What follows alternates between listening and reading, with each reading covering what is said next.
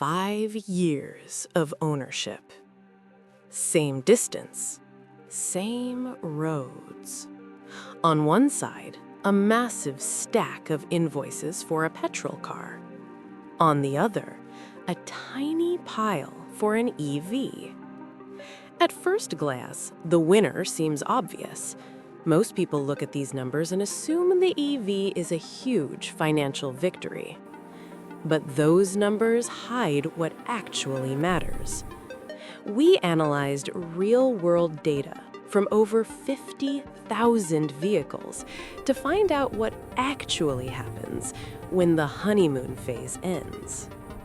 You see, during the first 3 years, the savings are indeed massive. But as we cross the 60,000-mile mark, a microscopic shift in engineering begins to change the math. Small components, big bills, and no warning. This is the 5-year maintenance cliff. While the petrol car deals with red-hot engine wear, the EV faces a different kind of pressure. From the huge impact of battery weight on tire longevity to a specific Cyan-Blue thermal service that most owners never hear about until it shows up as a 4-figure bill. There is a moment right around year 5 where those two lines finally cross. So is the electric vehicle really cheaper to own, or are the costs just hiding, waiting for year 5?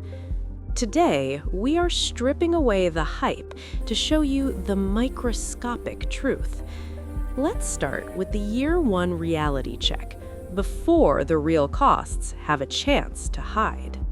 To understand the math, we have to look inside the machine. A petrol engine is a miracle of engineering, but it's a crowded one, housing well over 1,000 moving components. From pistons to valves, it is a massive orchestra of controlled explosions. Every second you drive, these parts suffer microscopic wear. It is an inevitable, huge struggle against friction. Now, compare that to an EV motor. It is elegant, composed of dozens, not thousands, of parts. Instead of explosions, you have a massive magnetic field spinning a shaft. Because dozens are easier to manage than thousands, there are simply fewer points of failure. This matters because in a gas car, friction is the primary enemy. The huge amount of heat you feel under the hood, that is energy being wasted as metal-on-metal stress slowly takes its toll. In an EV, very few parts are in physical contact. The power is delivered through magnetism, not mechanical pressure. This is why EV motors are designed for a lifespan that often outlasts the rest of the vehicle, while a combustion engine, no matter how well built, eventually feels the weight of those millions of internal collisions. Then there is the lifeblood of these machines. Petrol cars rely on red or amber engine oil. This oil is on a constant cycle of breakdown, trapping heat and carbon until it must be replaced in a massive ritual of changes over 5 years. Contrast that with the Cyan-Blue specialized coolant in an EV. It doesn't have to fight explosions or carbon buildup, so it can stay chemically stable for years. For a long time, it's a tiny maintenance task, almost invisible. But, as we'll see later, when that cyan fluid finally needs a high-tech flush at year 5, the bill is anything but tiny. Years 1 through 3 are what I call the honeymoon phase. For the petrol car owner, this is a time of constant, tiny interruptions. Every few months, you're back at the dealership for an oil change. You're swapping out spark plugs, checking air filters, and dealing with that red, amber glow of a service light. Individually, these are small tasks, but collectively, they are a huge drain on your time and your mental energy. Meanwhile, the EV owner is living in a different world. No oil, no plugs, no belts. For them, the maintenance schedule is almost empty. In these first 36 months, an EV owner's maintenance bill is almost laughable. We're talking about tiny expenses: a bottle of windshield wiper fluid, maybe a cabin air filter, and a tire rotation. That's it. While the petrol owner is seeing massive invoices for 3 years of routine engine care, the EV owner is saving thousands of dollars. It's during this phase that people become EV evangelists. They feel like they've cheated the system. They see the huge gap in their bank accounts and think the hard part is over. But there is a microscopic countdown happening under the surface. You see, because an EV requires so little attention, owners often stop checking the vitals altogether. They ignore the massive weight the car is putting on its suspension. They don't notice the microscopic wear on their specialized tires, which are fighting a huge battle against instant torque.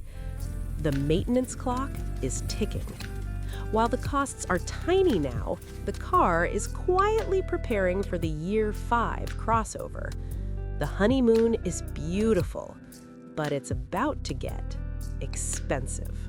Welcome to year 4.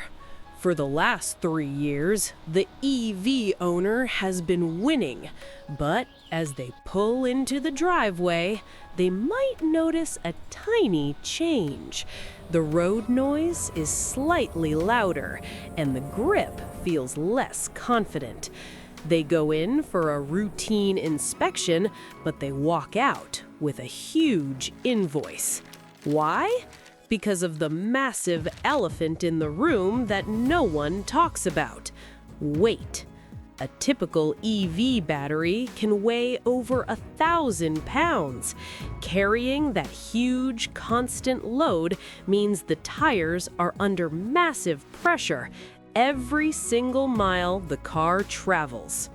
But it's not just the weight, it's how the car moves. Look at this deep blue graphic of the tire's contact patch.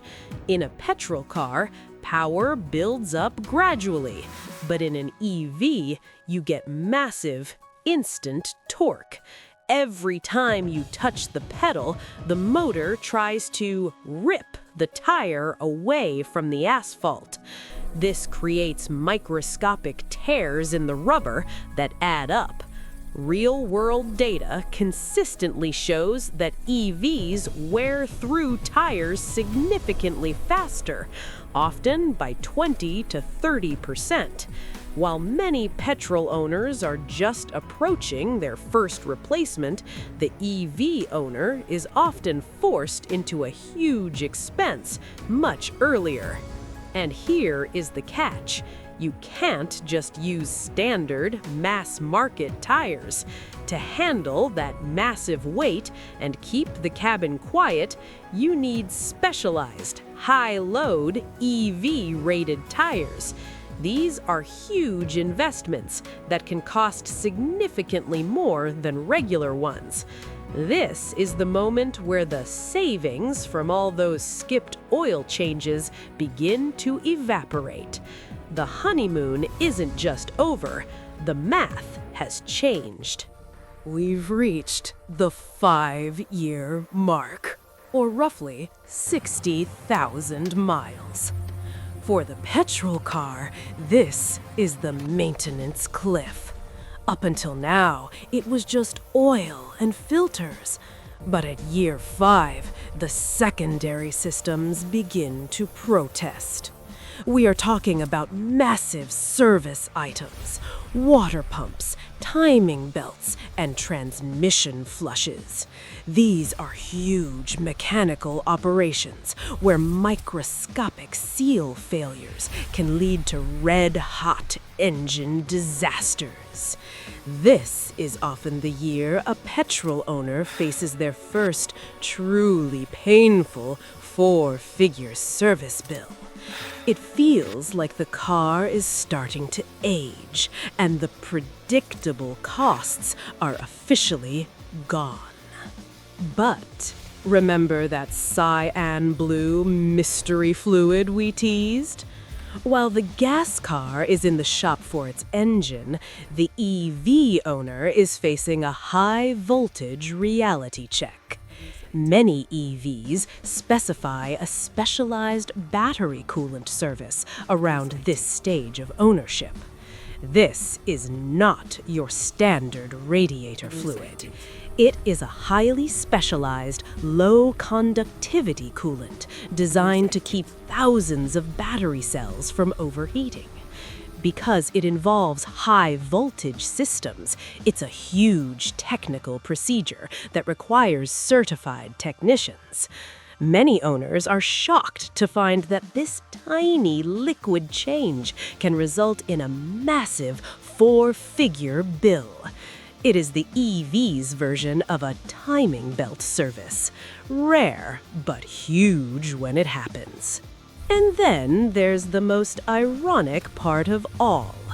You have a massive 80 kilowatt-hour battery pack under the floor, yet your car won't start. Why? Because of this tiny 12-volt lead-acid battery hidden in the corner. Just like in a petrol car, these small batteries have a lifespan of about 4 to 5 years. When it dies, the entire car becomes inoperable. It's a microscopic expense compared to the main battery, but at year 5, it's almost a guaranteed replacement. After 5 years, the truth is this: petrol cars cost you steadily, while EVs bill you in surprises. Neither is free, but understanding when you pay is the real financial advantage. It's time to stop talking and start counting. Let's look at this huge spreadsheet. Over 5 years, a typical luxury petrol car owner faces a mountain of routine care. 10 oil changes, spark plugs, and that massive year 5 cliff. The total often lands in the several $1,000s range for preventative maintenance alone. Now, look at the EV. Yes, we had that huge tire bill in year 4. Yes, we had the Cyan-Blue coolant service and the tiny 12-volt battery replacement. But even with those lumpy costs, the EV's maintenance total often lands dramatically lower. In many real-world cases, that spending ratio approaches 4 to 1. The math is clear. Even with the year 5 surprises, the EV is a massive financial winner. But there is one final microscopic detail that determines how much of that money you actually keep: resale value. In the old world, a petrol car's value lived or died by those red stamps in the service book. But today, the game has changed. For an EV, the new service history is the Cyan-Blue Battery Health Report. Even small differences in documented battery health can meaningfully affect resale value. If you've invested in the specialized blue coolant services we discussed, your battery stays healthy and your car's value remains massive. If you ignore the science, your resale value could collapse. Of course, exact numbers vary by model, mileage, and how you drive, but the pattern is remarkably consistent. So, is the EV actually cheaper? In terms of maintenance, yes, by a massive margin. But it requires a different kind of discipline. You save in tiny increments every month, only to pay in huge chunks every few years. Understanding this lumpy math is the secret to winning the 5-year ownership game. So here is the expert verdict. Is the EV actually cheaper to maintain? Yes, but only if you understand the timeline. If you are looking for tiny monthly savings that add up to a massive 5-year victory, the EV wins in the vast majority of real-world cases. The petrol car represents a steady red drain on your finances, while the EV is a game of patience and a few huge strategic services. After 60,000 miles, the EV remains the smarter financial play, but it's no longer free. It's simply a different, more modern way of managing a machine. But there is a catch. We've only talked about the first 5 years. If you think these maintenance costs are surprising, wait until you see what happens when that massive battery pack hits the 10-year mark. Most people think it's a death sentence for the car, but the truth is much more complicated. I broke down the 10-year battery reality using real degradation data in this video right here. Click now to see if the savings actually last, because the future of car ownership isn't cheaper, it's smarter. I'll see you over there.